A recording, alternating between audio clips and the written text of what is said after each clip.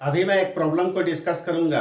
इस प्रॉब्लम को JEE main 2024 में पूछा गया है।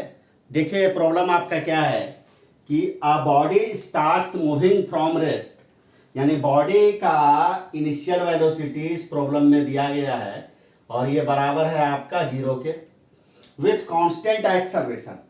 और उस बॉडी का एक्सेलरेशन जो है वेक्टर ए, ये भी आपका क्या है, आपका कांस्टेंट है। covers displacement s1 in first p-1 seconds and s2 in first p seconds. The displacement s1 plus s2 will be made in time. 4 option दिया हुआ है। तो देखिए क्या है कि इस प्रॉब्लम में चूंकि बॉडी आपका स्टार्ट हो रहा है, बॉडी का मोशन फ्रॉम रेस्ट, यानी बॉडी का इनिशियल वेलोसिटी आपका 0 है और बॉडी का एक्सेलरेशन यहाँ पर आपका कांस्टेंट है। तो जब भी बॉडी का एक्सेलरेशन आपका कांस्टेंट रहे तो एट टाइम टी पर बॉडी के वेलोसिटी को कैलकुलेट करने का जो फार्मूला होता है v equal to u vector u plus vector a multiplied by time t. इस फार्मूला, ये आपका जनरल फार्मूला है, इस फार्मूला को आप यूज कर सकते हैं चाहे आपका बॉडी का मोशन आपका 1 डायमेंशनल हो, 2 डायमेंशनल हो या आपका 3 डायमेंशनल हो। देखिए यहाँ पर क्या है, u आपका 0 है तो u इसमें जैसे ही 0 रखिएगा तो 0 प्लस आपका क्या हो जाएगा, vector a t, vector v। तो vector v is equal to आपका क्या हो जाएगा, वेक्टर a मल्टीप्लाइड बाय आपका क्या हो जाएगा, टाइम t। और हम लोगों को ये मालूम है कि टाइम t हमेशा आपका क्या होगा, ग्रेटर देन 0 होगा। तो उस कंडीशन में आपका क्या होगा, क्या एक्सेलरेशन का जो डायरेक्शन होगा वही आपका वेलोसिटी का डायरेक्शन होगा। चूंकि इस प्रॉब्लम में दिया हुआ है कि बॉडी का एक्सेलरेशन आपका कांस्टेंट है, यानी कहने का मतलब बॉडी के एक्सेलरेशन का ना तो मैग्नीट्यूड बदल रहा है और ना ही डायरेक्शन आपका बदल रहा है। चूंकि बॉडी के एक्सेलरेशन का डायरेक्शन नहीं बदल रहा है इसलिए इस इक्वेशन के हेल्प से बॉडी का वेलोसिटी का भी डायरेक्शन आपका नहीं बदलेगा। तो इसका मतलब आपको यह समझना है कि अगर बॉडी का वेलोसिटी का डायरेक्शन अगर बदल नहीं रहा है तो उस कंडीशन में बॉडी का मोशन आपका क्या होगा, आपका स्ट्रेट लाइन पाथ पर होगा। और इसी स्ट्रेट लाइन पाथ को हम लोग एक्स एक्सिस कहते हैं।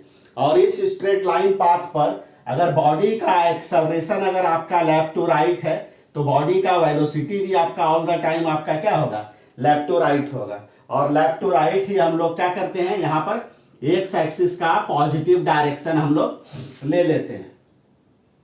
यानी फाइनल कंक्लूजन यहां पर यही निकला कि जब भी बॉडी का इनिशियल वेलोसिटी आपका 0 हो और बॉडी का एक्सेलरेशन आपका कांस्टेंट हो तो उस केस में बॉडी का मोशन आपका स्ट्रेट लाइन पाथ पर होगा और उस स्ट्रेट लाइन पाथ पर एक्सेलरेशन और वेलोसिटी का डायरेक्शन आपका क्या होगा, सेम होगा। इस पर्टिकुलर प्रॉब्लम में यहाँ पर एक्सेलरेशन और वेलोसिटी का डायरेक्शन आपका लेफ्ट टू राइट आपका लिया गया है और लेफ्ट टू राइट ही हमने positive direction of x axis हमने लिया है। अब देखिए इस प्रॉब्लम को सॉल्व करना हम लोग शुरू करते हैं कि a body starts moving from rest, यानी मान के चलिए इस स्ट्रेट लाइन पाथ के जिस पॉइंट से बॉडी का मोशन आपका शुरू हो रहा है वही पॉइंट हमारा आपका क्या है, ओरिजिन है।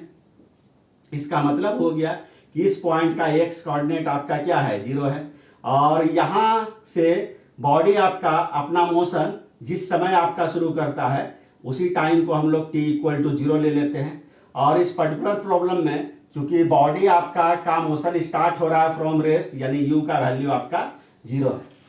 और मान के चलिए किसी टाइम t पर बॉडी आपका इस x एक्सिस के जिस पॉइंट पर पहुंचता है उस पॉइंट का x कोऑर्डिनेट आपका क्या है, x है।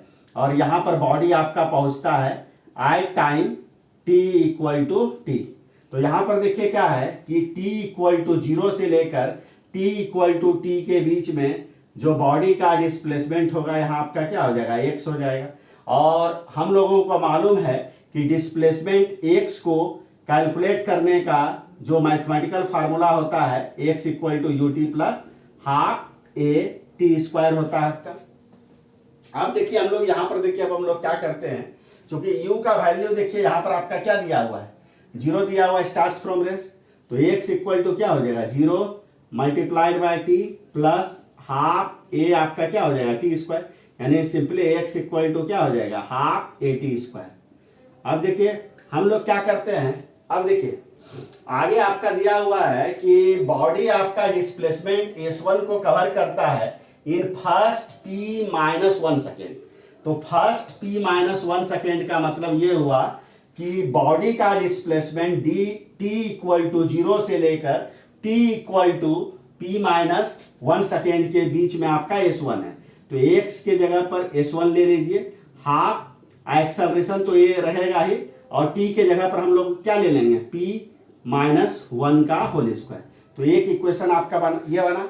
उसके बाद देखिए और प्रॉब्लम में इंफॉर्मेशन दिया हुआ है कि बॉडी S2 डिस्प्लेसमेंट को कवर करता है इन फर्स्ट p सेकेंड, यानी कहने का मतलब ये हुआ कि t इक्वल टू 0 से लेकर t equal to p second के बीच में बॉडी का डिस्प्लेसमेंट है आपका S2।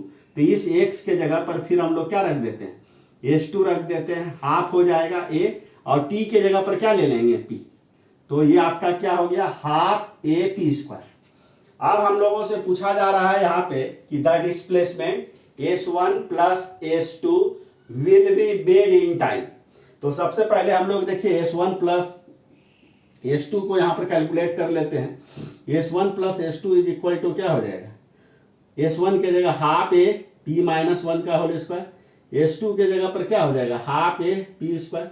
तो यहाँ पर देखिए यहाँ पर हम लोग क्या करते हैं हाफ ए कॉमन ले लेते हैं, तो क्या हो जाएगा p माइनस 1 का होल स्क्वायर प्लस आपका क्या हो जाएगा p का स्क्वायर हो जाएगा। तो इसको देखिए लिखा जा सकता है हाफ ए, इसको a माइनस बी के होल स्क्वायर पर ब्रेक कर देते हैं हम लोग, p square minus 2p plus 1 plus आपका क्या हो गया p स्क्वायर। तो इसको देखिए लिखा जा सकता है half A P square plus P square क्या हो गया 2p square minus 2p plus आपका क्या हो गया 1। तो यही आपका बॉडी का डिस्प्लेसमेंट S1 प्लस S2 हो गया। अब हम लोगों से पूछा जा रहा है कि S1 प्लस S2 जो बॉडी का डिस्प्लेसमेंट होगा वो कितना टाइम में होगा। तो देखिए हम लोग मान लेते हैं कि बॉडी का डिस्प्लेसमेंट S1 प्लस S2 जो होगा वो आपका t टाइम में होगा, कैपिटल T टाइम में। तो हम लोग क्या करते हैं इस इक्वेशन में x के जगह पर हमने S1 प्लस S2 रख दिया, u आपका 0 है, स्मॉल t के जगह पर कैपिटल T ले लीजिए plus half a t square. यानी कहने का मतलब ये हो गया कि S1 plus S2 is equal to हो गया आपका हाफ ए टी स्क्वायर। और यहाँ देखिए यहाँ ये आपका S1 plus S2 half a t square हो गया, और यहाँ पर जो आपका S1 प्लस S2 आया ये इतना आया। हम लोग दोनों को क्या करते हैं इक्वेट कर देते हैं, इसको और इसको, दोनों का आप जैसे ही आप इक्वेट करिएगा तो half a t square equal to हो जाएगा आपका half a 2p square minus 2p plus 1 हो जाएगा आपका। आप देखिए हाफ बोथ साइड से कैंसिल आउट, ये आपका बोथ साइड से आपका क्या हो जाएगा कैंसिल आउट हो जाएगा। तो यहाँ देखिए टी स्क्वायर इक्वल टू हो गया 2p square minus 2p plus 1। अब देखिए इस इक्वेशन से t को लिखा जा सकता है, t इक्वल टू आपका क्या हो जाएगा positive square root of 2p square minus 2p plus आपका क्या हो जाएगा 1, यानी इतना आपका क्या हो गया आपका सेकेंड हो गया। तो यहां पर देखिए जो करेक्ट ऑप्शन होगा वो आपका सी होगा। तो इस प्रकार से इस क्वेश्चन को मैंने सॉल्व कर दिया। अगर इस क्वेश्चन के सॉल्यूशन को समझने में आपको कहीं पर भी किसी भी ढंग का डाउट होगा तो आप कमेंट आप जरूर कीजिएगा।